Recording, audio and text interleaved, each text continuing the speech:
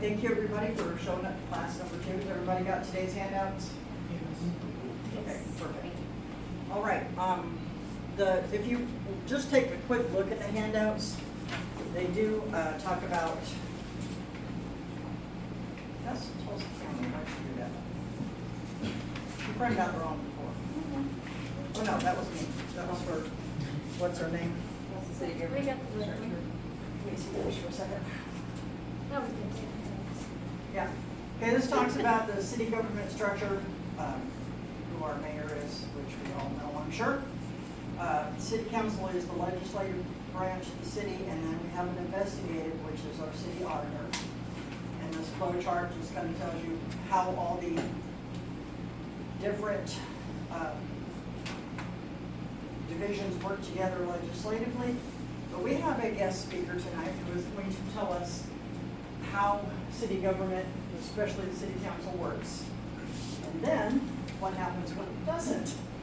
So everybody welcome former city councilor Grant Miller. Hello everyone. I got a good introduction there, but my name is Grant Miller. I was the city councilor for District 5 from 2022 to 2024. So I got a good little inside peek at how our city government operates, or like Cheryl said, sometimes fails to operate. And so I was just going to give a basic rundown. A lot of you are probably very familiar with these processes, especially if you've been at city council meetings. You probably understand the basic idea of how these things function. But I'll go over just a few things, take about 5 or 10 minutes here, and then I'm basically just taking questions that you have. That way, if you have specific questions about specific parts of the process, I'm happy to answer those as well. Ordinance versus, a lot of what we do, like you said, this is the legislative branch of the city government. So you can think of it like you've got the federal government, you've got the Senate and the House of Representatives, you've got the executive. In the same way, you've got the state government, again, House, Senate, and you've got the executive, which is the government. In the city, you've got the mayor and you've got the council. The council kind of, I guess you would say, composes what would normally, the responsibility would normally be of the House and Senate. And it's not exactly the same, but you can kind of think of it in that same structure. So most of the job is budgeting, approving city finances. But also we can create ordinances. Sometimes we'll create ordinances and we'll create resolutions as well. The difference between an ordinance and a resolution is an ordinance is basically a city law that goes into effect and it stays on the books until it's repealed. A resolution is going to be just basically a statement of support for something, or occasionally it can be used it doesn't change the law, but it can be used for things like applying for federal grants or small things like that. It's not a permanent change to the laws of the city. So that's kind of the difference there. How an ordinance becomes law. So the first thing is a city councilor will have an idea. They recognize a problem within the city that needs to be fixed, and they say, I think I can come up with a solution to that. Most of the councilors don't have a legal background. I'm not an attorney, but I do have a law degree from the University of Tulsa. But most of the councilors, I don't think there was another person up there with a law degree. So what they'll do is they'll have this idea, and they will then go to like city legal to say, hey, here's an idea that I have. Could we draft this into the legal language that would be appropriate for an ordinance? City legal will draft that and give it back. They'll go back and forth sometimes a few times to get it right, or how the councilor would want to see it. And then once it's approved by city legal, it'll come back to a committee. And we'll get more into what committees and subcommittees are here in a minute. But it'll go to a committee, which is not the regular city council. There's the Urban and Economic Development Committee, and there is the Urban and Economic Development, and there's the Finance as well, which that's almost always canceled, except when the budget is coming up. I have a break here, I'm sorry. Public Works. So we've got those two standing committees, and then they can create subcommittees off of that as well. But it'll come back, it'll go to committee. All the councilors will sit around the table at these standing committee meetings, and they'll discuss what the ordinance is, why the councilor feels it's appropriate, toss around ideas about how it could be improved, And sometimes it doesn't need to be improved, sometimes there needs to be changes, or most times, I guess, there needs to be changes to the ordinance. So we'll go back to legal, they'll draft the appropriate language, send it back to the committee once everybody has had all the discussion they want to have about it, and then it'll get posted on the regular meeting, the regular 5 o'clock, regular city council. So, then we take the vote. So then the council has discussion, debate, public gets the comments, and we will take a vote on whether to pass the ordinance. If we pass the ordinance, then it goes to the mayor for him to sign, which if he signs, then it becomes law. He could veto that, just like the president can veto laws at the federal level, in which case it would come back to the council and they can override that veto with a 3/4 majority vote. And then it would then become law by the veto override. So that's kind of the process on that. So we'll move back to committees. So when it goes, so the standing committees, they handle a variety of topics. Sometimes it's appointments to authorities, boards, and commissions, because there is a long list of authorities, boards, and commissions throughout the city. One of the most important ones, for example, is the Sales Tax Overview Committee. They are supposed to look at projects that the city is using sales tax dollars for and alert the council. They don't have any authority to really take action on it, but what their job is to do oversight and to alert the council as to any issues that they see going on with the expenditure of sales tax monies. So that's just one example of authorities, boards, and commissions. There's, I don't even know how many. You can look on the city website and find there's a big old list of them. Those are open to anybody. So if you guys want to really be civically engaged, other than just showing up at a meeting, which is also very important, but you can volunteer for these authorities, boards, and commissions by applying to the mayor's office. He can appoint you, and then the council will vote to put you onto the authority, board, and commission if it goes closer. I don't think I've ever seen anyone deny. I know one time that's happened. It wasn't while I was there. So they're usually very receptive to volunteers who want to be on, whether it be animal welfare, sales tax overview, whatever it is. Is it more appropriate to go through your city councilman? You can. I mean, it can be helpful to talk to your city councilor and just let them know that you're interested in that, because then they can say, they can tell the mayor, you know, hey, this is somebody from my district I'm really interested in having them on this board. Is there somewhere we can find a list of these? Yes, on the city website. Yeah, Okay. just search. If you search. Just explain a little bit about what each Yes. one does. Yeah. If you search City of Tulsa Authorities, Boards, and Commissions, called ABCs, it's an easy way to remember it. There will be a whole list and a link to each one, and then there'll be a description of what that committee, board, or authority does. And then there will also be a link there to where you can pull up the application, which is what you submit to the mayor's office. Or, like you said, it's a great idea to contact your counselor and submit that to them, so your name just gets kind of elevated. So that's just one of the examples of things that happen at the standing committee meetings. A big majority of it is budgeting issues like change orders to contracts that are in place. If, let's say that we have a big construction project going on and they had a certain time to get that construction project done, or they had a certain budget, but it turns out they were digging and they ran into unexpected issues, or there was weather that delayed the project, and they needed to change either the money or the time frame in which they were supposed to complete the project. They have to come back, they'll issue a change order, and we review those. Typically, those are just kind of rubber stamped. I hardly ever hear anybody question why this project's running over, or why there's such a change in the amount of money that it's gonna cost.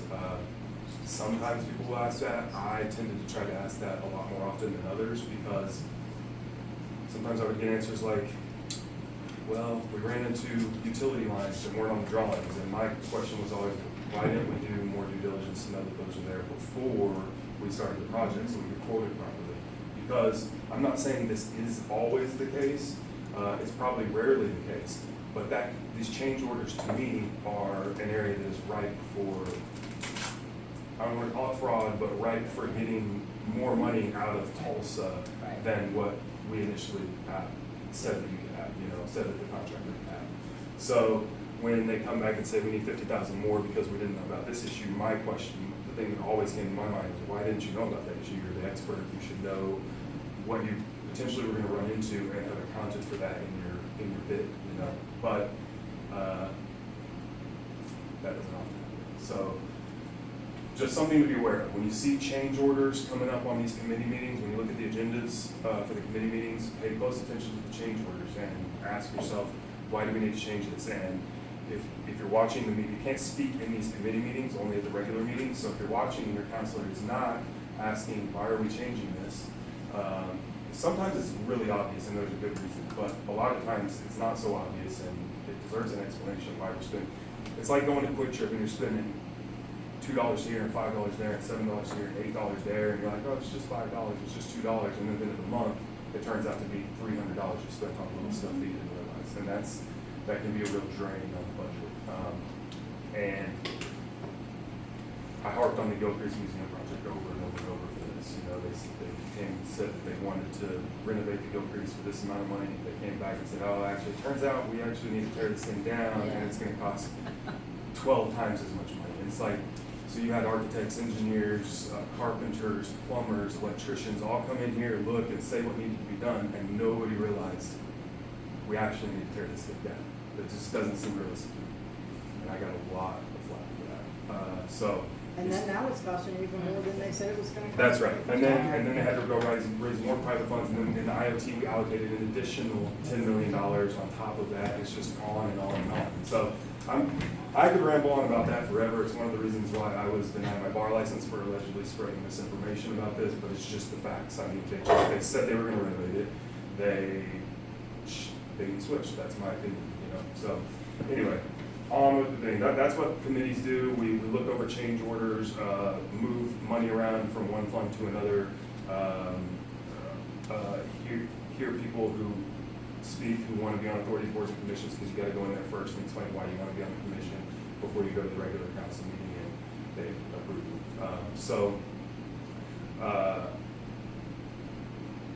In this though, in these committees, another important thing to look out for is this. We have these standing committees where all of the counselors are present at the committee meeting. They follow the Open Meetings Act, because when there's a quorum, you need to follow the rules of the Open Meeting Act. But what they will do many times, for example, with the ARPA funding, is they will create subcommittees. These are separate committee meetings that counselors have that are not the standing committees that are on the agendas, and they ensure that there's less than a quorum of counselors there. So they'll say, who wants to be on this committee? But it can only be 4, you know. And they'll create the committee, and then they can have a closed door meeting. So they don't have to have the room open, they don't have to let the public in, they don't have to say what they were discussing, none of that. This is the case with and I'm a little rusty on the exact numbers here because it's been so long since I've talked about this stuff, but there were, I want to say $12 million allocated for ARPA. Check me on the exact amount, but it was millions of dollars allocated for ARPA funding to go to 501c3 organizations. They put out an RFP, which is a request for proposal, saying 501c3s welcome to submit to get some of this $12 million. The RFP specifically said 501c3s. So a lot of people applied for a lot of money, way more than the 12 million or whatever the amount was that they had to give. So they had to create a committee to decide who was going to get this money.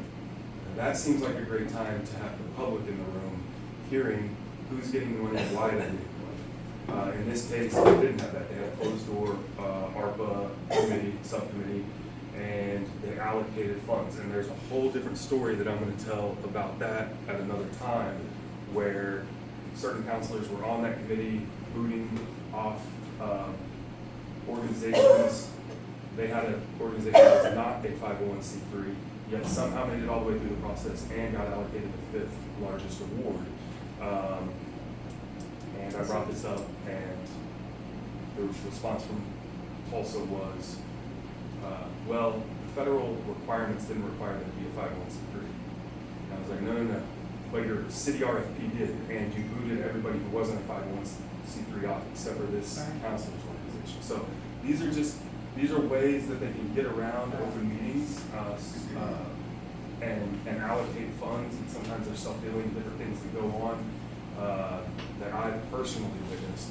And, it's hard when you're one person up there trying to ask these questions and to kind of treat you. So it's important that all of you be on these authorities, boards, and commissions, and you be watch the committee meetings. When they say, oh, we're gonna create a subcommittee on this, the question should be, why are we creating a subcommittee? Why can't you talk about this stuff out in open? Why do you not wanna have a forum?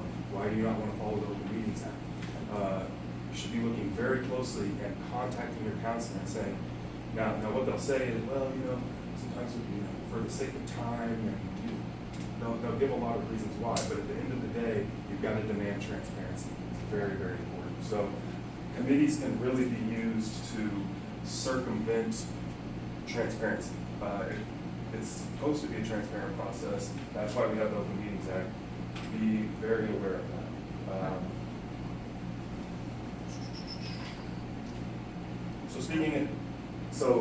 So moving on to like how the meetings work. You'll have an issue that comes up in front of the council, these standing committee meetings, and then it'll get moved to the regular agenda. Typically, when we're going to pass an ordinance or really pass anything through the council, it's going to have a first reading. There's usually not a chance for you to interact during that first reading. It'll just be a reading, so it kind of makes the public aware of this is coming up, and then it gives them a little time. Community a little bit of time to consider what this is, ask questions of their counselor, these types of things.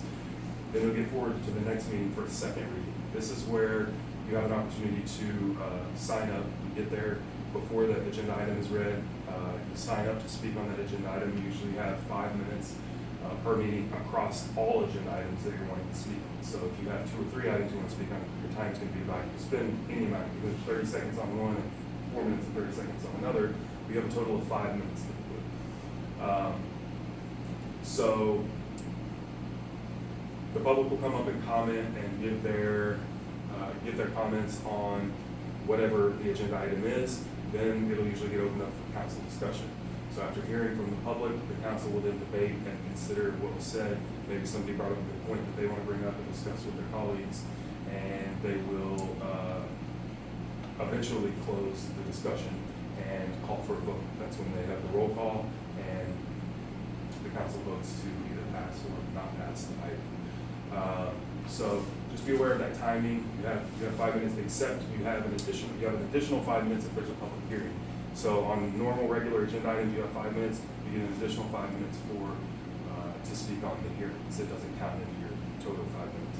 You can also sign up for public comments, which are non-televised at the end of the meeting. So your 5 minutes is not affected by that either. You get 5 minutes if you sign up specifically for public comments. The time at the end of the meeting doesn't have to be on an agenda item, correct? That's right. So if you sign up to speak on an agenda item, you have to stay on topic and on that item. You can't sign up to speak about ARPA funding and then start talking about animal welfare.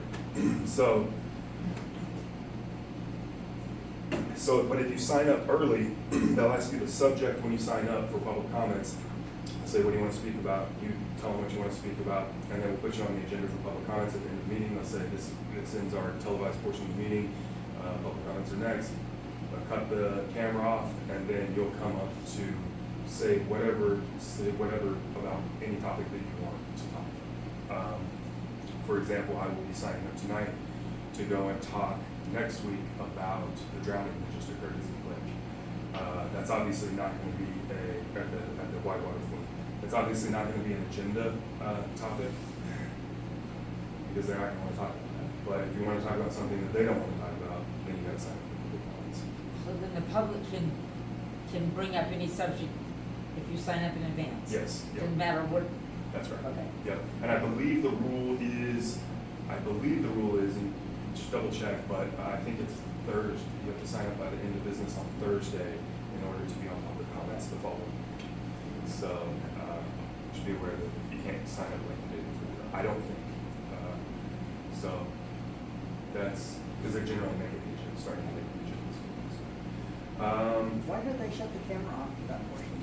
they don't want people to be able to use it for like grandstanding or promote self-promotion or anything like that, which is good or bad, you know. Yeah, that, the reasoning is okay, but the fact is, nobody hears what we have to say except them.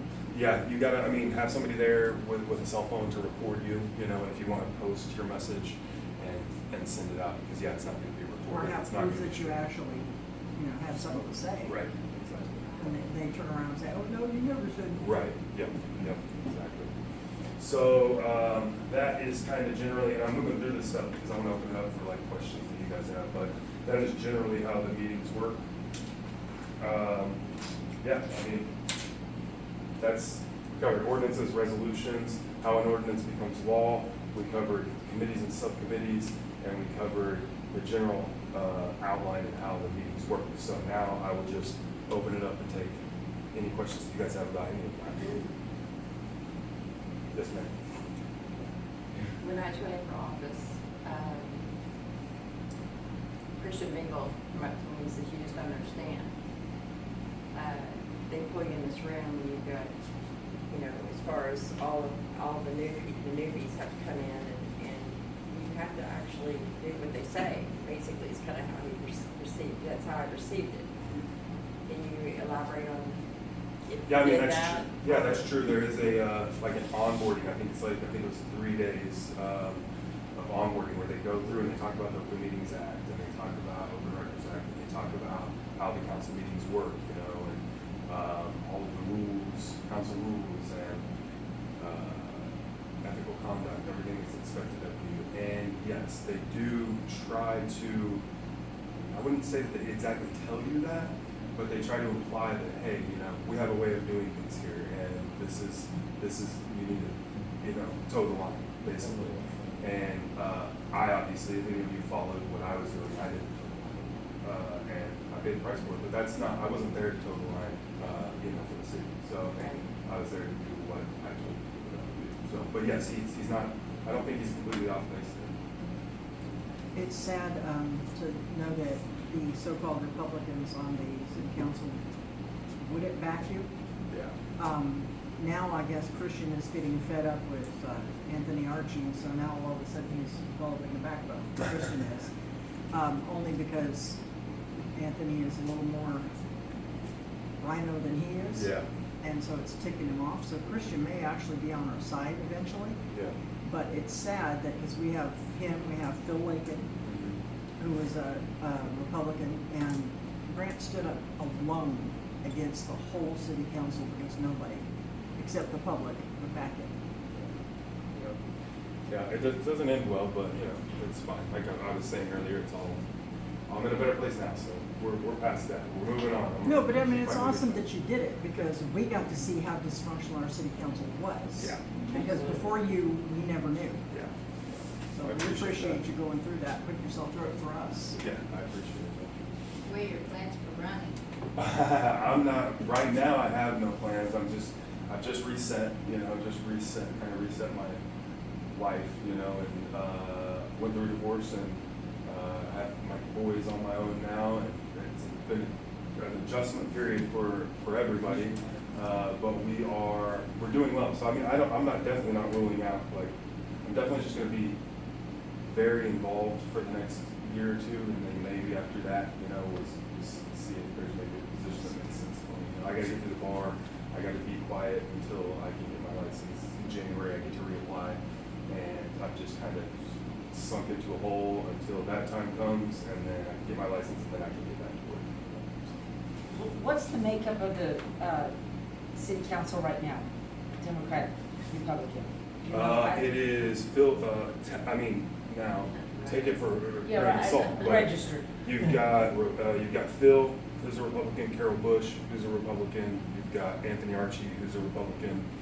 And then you've got Christian Bangle, who's a Republican. Okay. And I hear Carol Bush is actually doing a pretty decent job. She's kind of following in your footsteps a little bit, is what I hear. Well, that's good. I hope so. Okay, and then the other three are, We've got 5 more. 5. And then we've got Lori Dictorite, who's a Democrat. We've got Laura Bellis, who's a Democrat. We've got Jackie Dutton, who's a Okay. Democrat. And then Vanessa Who am I missing? Oliver. Vanessa Harper, the Democrat, Okay. and. I said ARPA should have given that. We got one more, to I'm you. missing one. So when you were there, was it even less Republicans? It was me, the Republicans were Jamie Fowler, myself, Christian Bengal, Phil Lakin, and Jeannie Q. Okay. So we technically had a majority, but But they didn't vote, they Right, voted with the Democrats it's all every just single go time. along, it's all just, it's not, and it's as much about voting with the Democrats as it is just, it's just go along to get along. That's, you know, Yeah. nobody wants to rock the boat, And that everybody's was, afraid. that was our problem with Christian, is because he ran on something totally different, and then he just got in there and did the go along, get along thing. Yeah. So does Jamie Fowler too. Does Tulsa County do this, I mean, the city of Tulsa, do they do redistricting like the states do every 10 years? Yeah, I think it's every 10 years, I think it's the So same as. did that just happen? A couple of years before, or the. 2020. Yeah, 22 years before I was on, yeah. Okay. So maybe See, 20. Vanessa Harper, no, that's old news. Okay. Vanessa Harper. Anybody else? Oh, Karen Gilbert. Oh, Karen When Gilbert, they yeah, took your she's the one that spot. took my spot, Yeah. District 5, Yeah. and I she think is hers. allegedly also Republican. So we technically have 6 Republicans. But they don't, any of them don't Yeah, like. yeah, when you have to ask that question, Well, you kind of know it. Actually, Yeah, more than I've that, known her because a didn't long Lori time. Decker Wright change her? That's what I Oh, was yeah. told Yeah, last Lori week that Decker she Wright. just So you switched. got 7 Yeah. Republicans. Yeah, well, she switched her registration. She Yeah. hasn't switched anything else. Yeah. She is still 100%. That they do that, so her mission is, what they do, they try to create this movement where Democrats register as Republicans in order to be able to vote in the Republican primary to choose the least Republican candidate. Is that what she did then? That's it. That's That's my opinion, that's my opinion. She Right. says she's trying to represent all of her constituency better by doing that. She's not. Well, that's my district, and you know, I knocked doors till I was blue in the face against her For her. in the fall. Did- I mean, it's like, you know, Yeah. But you know, did you notice when you were knocking doors that a whole lot of the people seemed to like her? well, I didn't have that Oh. in my area that I did. Some other people did, because she's a likable person. She's just a horrible city Right. councilor. No, what I get is, I must live in the apathetic neighborhood. It was like, oh, there's an election? I'm like, Mhm. no. Oh, that sucks. I mean, you, Did you I have was a something? little bit late, so what is your name My again? name's Grant. Grant Miller. Grant, Yeah. okay, thank you, Yeah. thank you. Yes. Have you considered hosting a podcast? I might, you know. he's behaving till January. He's- Yeah, exactly. I'm not even being like, I shouldn't even be going to speak at the council meeting, but I'm gonna do it because when I was on there, one of the big things that I got railed on for was I said we don't need to do this Zinc Lake. Zinc Lake, Yeah. or especially the whitewater flume. I brought in experts, engineers, people that have been doing this their whole lives who said, this is a big hazard, it's gonna be a problem.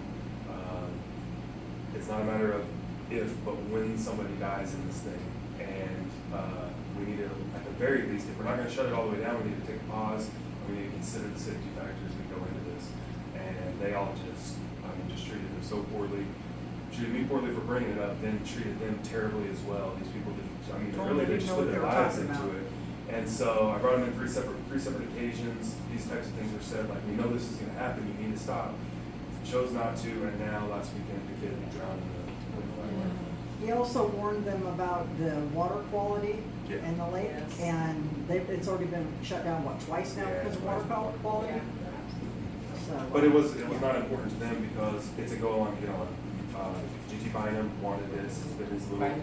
fever dream since he was a counselor, and he was right on the verge of it, and he wanted that $1 billion budget, and he wanted the Zinc Lake and the whole project done before he left to leave, a legacy, and it turns out the legacy left is this whitewater flume that never gets used to shut down for water quality issues, and now a child has died. So yeah, and I it shut can't- down again because the people who they contracted to bring the rafts back and forth, Yeah, so they they couldn't do it. Yeah. So they have nobody to do it now. Yeah, I just can't keep my mouth shut on this one, so I'm Was popping my this, head up to it. was this something, should we have not built that Zinc Lake Dam?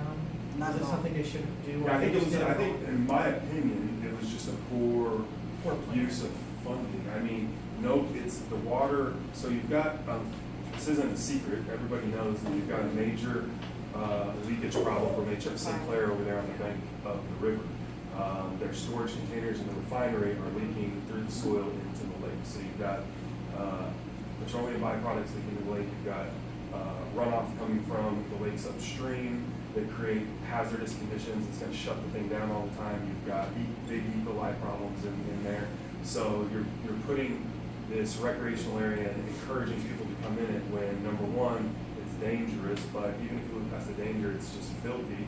And now if you look and see, like, it's hardly used, nobody really pays attention to it. It's a nuisance. I mean, it's a attractive nuisance for children, like the one who just died. And, they don't have if they are gonna have it, they don't have the safety. But yeah, so this 50 million plus now another 10 million, I believe, again, checking on those numbers, it's been a while, could have just been used better. I mean, we have Riverside, you've got nice parks, you've got the gathering place, you've got a nice running trail, and you can enjoy the sight of the river without having to, like, encourage people to get into this nasty chemical-laden water and expose themselves to potential drowning through a whitewater flume where we don't have precautions in place to prevent that. Yeah, I don't know how many of you actually spend any time actually at the Arkansas River, but it is filthy, nasty water. It has never even been anywhere near clear.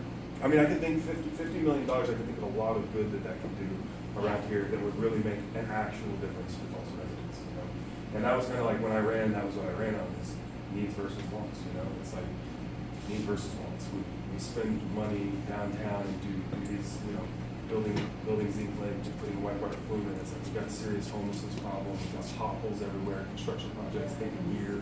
Like, these are the needs. So when the roads are nice and the homeless are cleared out and, these types of things are taken care of, then that's when you buy luxury items, just like your home budget. You're not out buying a Mercedes when you live in when you don't have a place to live. So. You brought up Right now. homeless. What do you think are the causes and what solutions would you propose to decrease this overwhelming population? In my opinion, again, my personal opinion, trying to shelter and house has been a failing policy across the country in many cities. If you look, when they try to do housing first, it's what they say, housing first. You got to have affordable housing in order to get these people off the streets. It's like, no, that's not the way. It's failed in so many cities already. First of all, my opinion is that this is the principles. I was a police officer for a few years, and there was a concept called crime prevention through environmental designs. Crime prevention through environmental design. That is making conditions inhospitable for the things that you don't want in the area. And then there's like broken windows theory. So fixing what's broken. As soon as when you fix the broken windows, then the neighborhood will. If everybody takes care of their properties, then the neighborhood will naturally thrive. And if you don't want people in the medians, I'm glad Phil's doing a good thing right now, getting ready to pass that. Hopefully pass that ordinance to prevent people from standing in the medians. Absolutely. So that's standing in the medians. Standing in the median. It'll prevent anyone from being. Panhandling, like right over there. Yeah. Well, not panhandling anybody in the medians, so you can't just target, so but you say, we're not gonna have anybody, then yes, that's going to naturally prevent people staying. If you're driving down 71st and there's 3 or 4 people in the median, it kind of, It's Especially when dangerous for you, you're it's sitting in the dangerous turn lane for and they them. jump out in front of you. Yeah.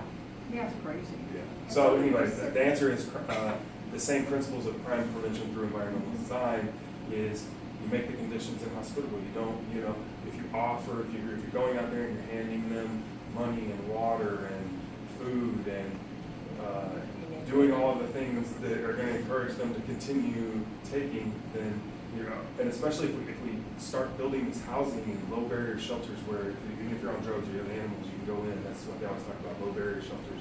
It's like that's going to attract people. Imagine you've got one city here that says, no way. we're not having this, and you got another city here who's like, here's food, water, shelter, money. Yeah. Where are they going to go? They're going to come to the city where they get their needs met, and so There is an aspect of mental health and drug addiction and all that, and we should offer services, but, to people who actually want them. But we should simultaneously make conditions uncomfortable, so That's that right. they want to go and Like see the those boulders services. at the bus stop? Right. So, I mean, you know, in Colorado, a number of years ago,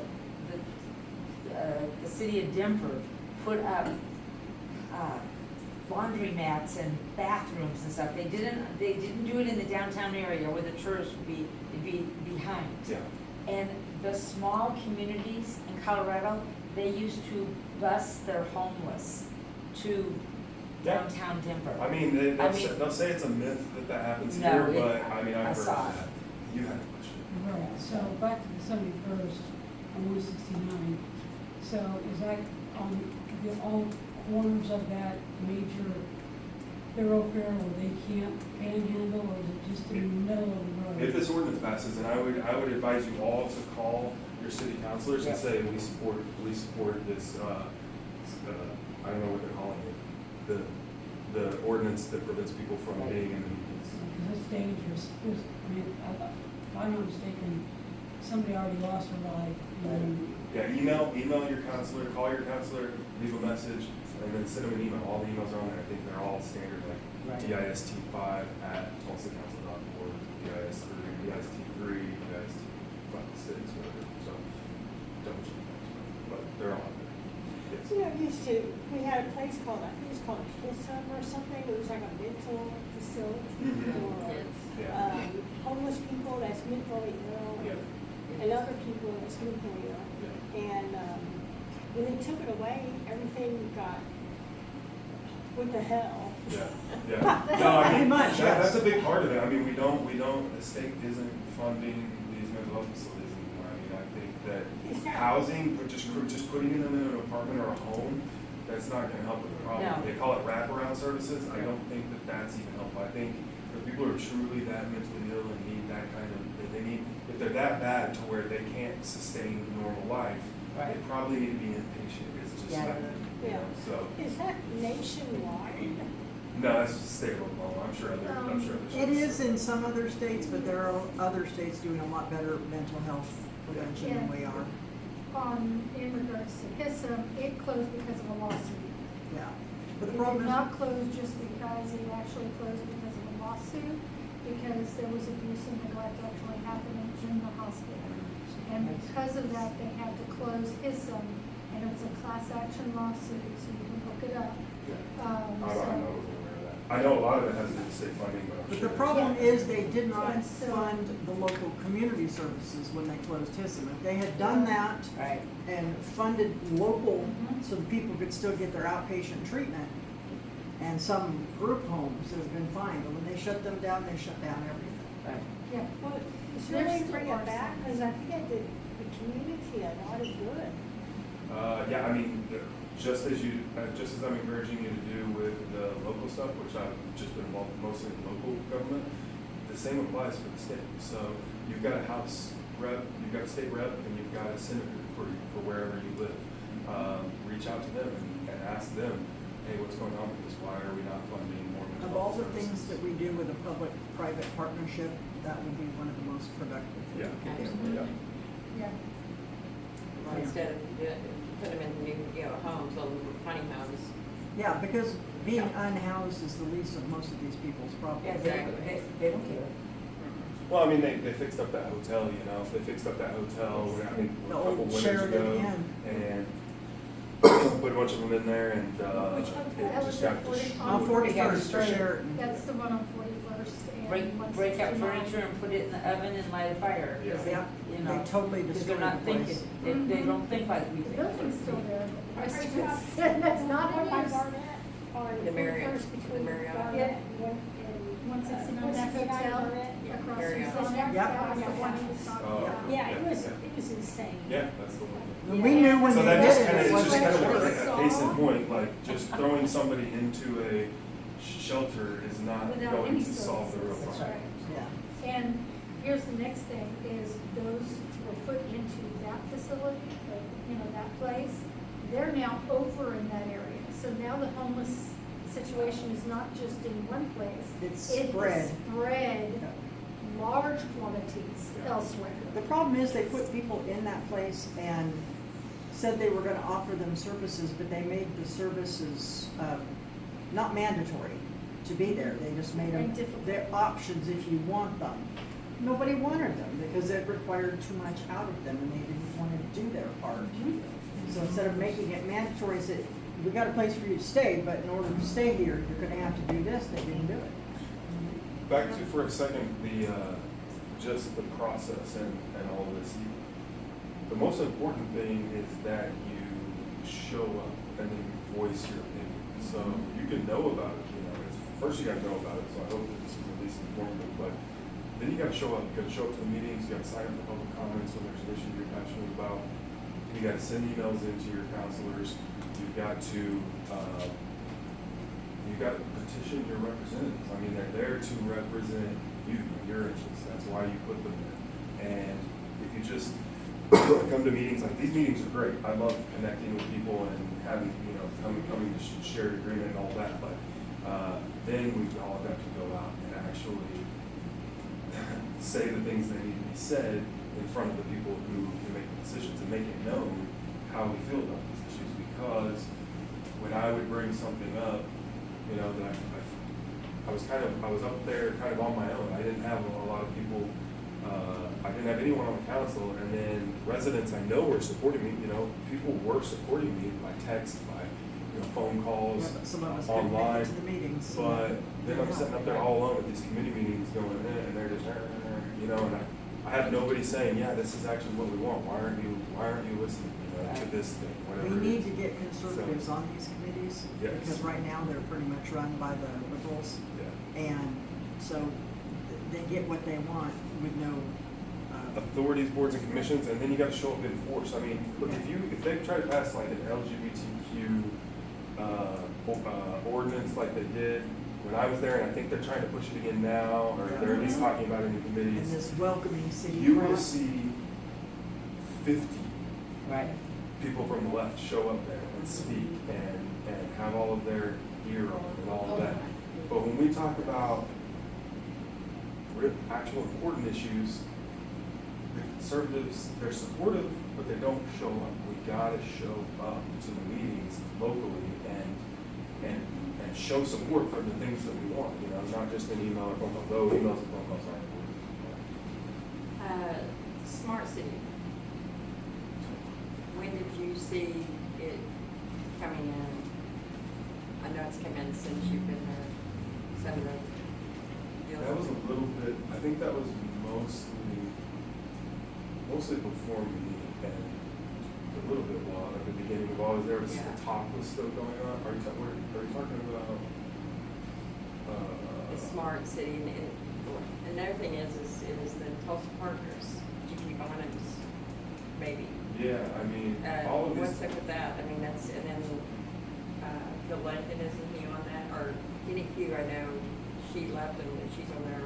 I don't know necessarily all the ins and outs. All I know is that it's like, I don't know who's involved with what. I know that there's a decision that's being made and it's just being, it's like just rubber stamp. It's like you don't have representatives up there right now. They're just there to allow Usher things in through, everything whatever that we it don't is. want. And you gotta vote for people who are willing to take a stand. You can't just vote for one. It's gotta be multiple districts of people that are not afraid to say the things that need to be said. And it can't just be one person or they're gonna get ostracized and booted out. I mean, that's how it's gonna go. The problem is the people that need to get in there, like you, and there are other people like you, but unfortunately, they're not willing to do it because they're not willing to go through what you went through. Right. They saw what you went through and said, oh, I'll pass, thank you. Yeah. Yeah, it's not fun. Okay, so correct me if I'm wrong, but isn't one of the most important things that we wanna see happen is, and I don't even know how to articulate this. You know what happened when we ended up with in this last race?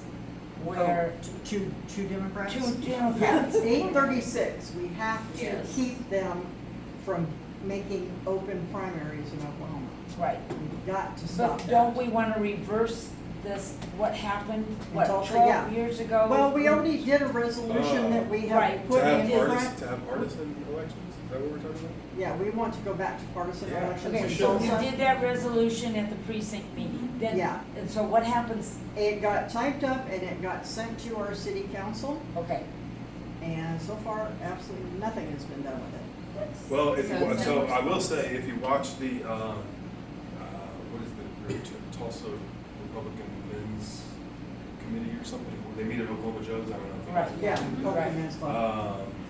I was there at that meeting, the last one, and that was brought up, and they seemed to just say, that the general consensus was, the people voted it in back then, it's been however many years, 11 years or whatever, I'm not against bringing it back up for a vote of the people to see if they want to go back to partisan. We have to, because absolutely. Mayor LaFortune, I believe, was the one that was in charge at the time that went through.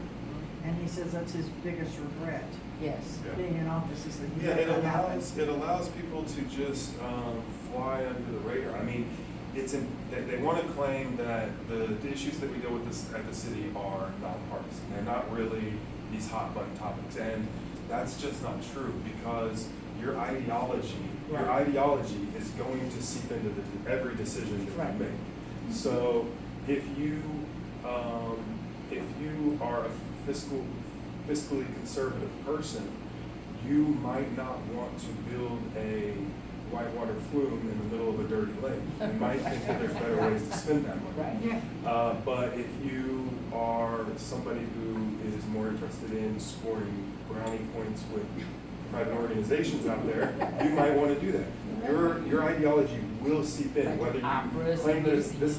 museums. It seems like you could frame that as a nonpartisan. Oh, Yeah. just building a recreation area. Well, But it's not just building a recreational area. It's the expenditure of funds, and they're going to go one way or another. And what are we going to spend that on? So people need to out themselves out front as The issues what is, themselves and you don't may know, be every nonpartisan, Republican is but not the same. You know, Right. every Republican is not the same. Every Democrat is not the same. But you can get a general idea Yes, of what somebody believes by Absolutely. those labels. You know? Absolutely. The issues themselves may be nonpartisan, but how you deal with them is 100% partisan, and it needs to be. That's right. So, if this were ever passed, would that then move the election from August or September into the November general election with the other candidates? Because that's. No, what we've we been got- trying to get that moved through the states, and they keep getting shut down and not allowed out of committee. Okay. And then they did get it out of committee once, but it still never made it to Right. the floor somehow for a vote. Well, runoffs, city council race can still be on the general, it will still be on the general ballot. It's just that you get a separate Right. municipal ballot that doesn't show parties. Right, it's just that But the the school board turnout is is so still- low Yeah. in August and September. Well, yeah, they're using that for a reason Yeah, that that's that they want to make it Right. partisan statewide so we can get better turnout. But it's not gonna That's happen. not the, yeah. No, it's not gonna happen. The turnout is gonna come from the wrong side.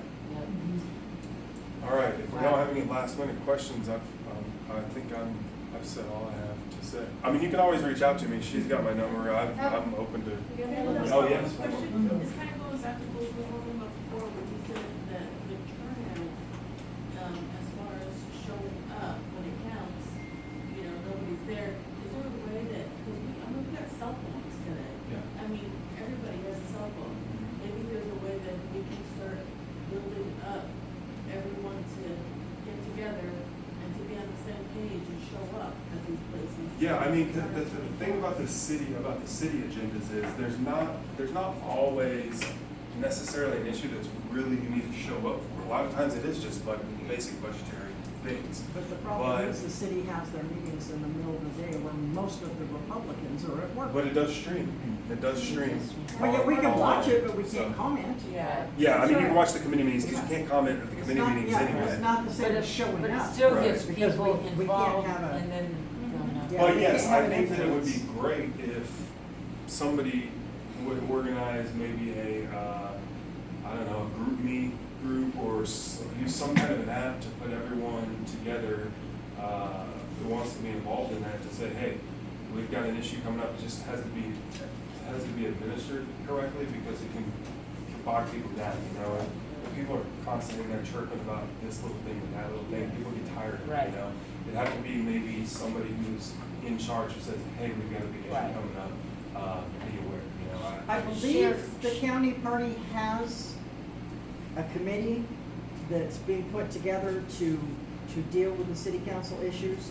I will double check and then reach out to all of you, see if any of you are actually interested in being on that committee. But Cheryl, you Yes, know, ma'am. one of the Republican, I call them the clubs, you know? He talked about the one that's at Joe's and one's Mhm. met at Jinx yesterday and, okay, so the one that meets down at the Campbell Hotel, is that Tulsa Women's, they're all. That is, that one is Women for Tulsa. That, Ah. okay, they have a very, They're very organized. very organized, and they Yeah. have one whole group that's all they do is follow all the city council. Right, Yeah, and yeah. they are, They're very, they're a very- nonpartisan. So that's group. who to get, if you want that information. Yeah, I mean, it's just a matter of somebody with organizational skills who has a background, or if there's anybody in the party who has a background and understands how to put together an organization, how to register it properly, and then how to put people in the places. And then you gotta have people who are really, really interested in spending their time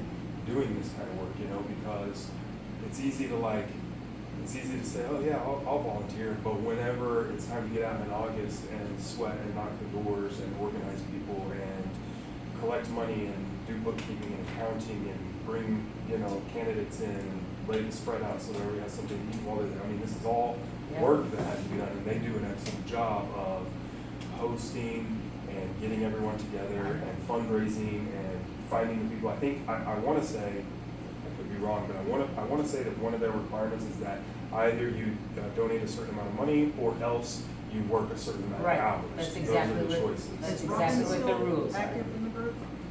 What's that? Is Robin still active I in the don't group? think so. Okay. I need to find out who is, and then I'll get their contacting for you guys if you're interested as well.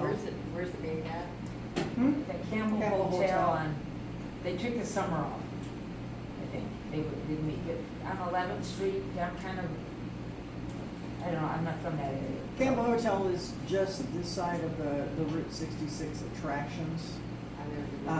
It's right You there can find it, between yeah. TU and downtown. Okay. So, I appreciate everyone taking the time to show up. I mean, I really mean that. I really do appreciate you taking the time to show up because it's really important. And hats off to you for taking an hour out of your day to be civically engaged. I think it's really good, and I'm glad you came here. So, thanks for having me. Thank you Thank you. for coming and talking to us.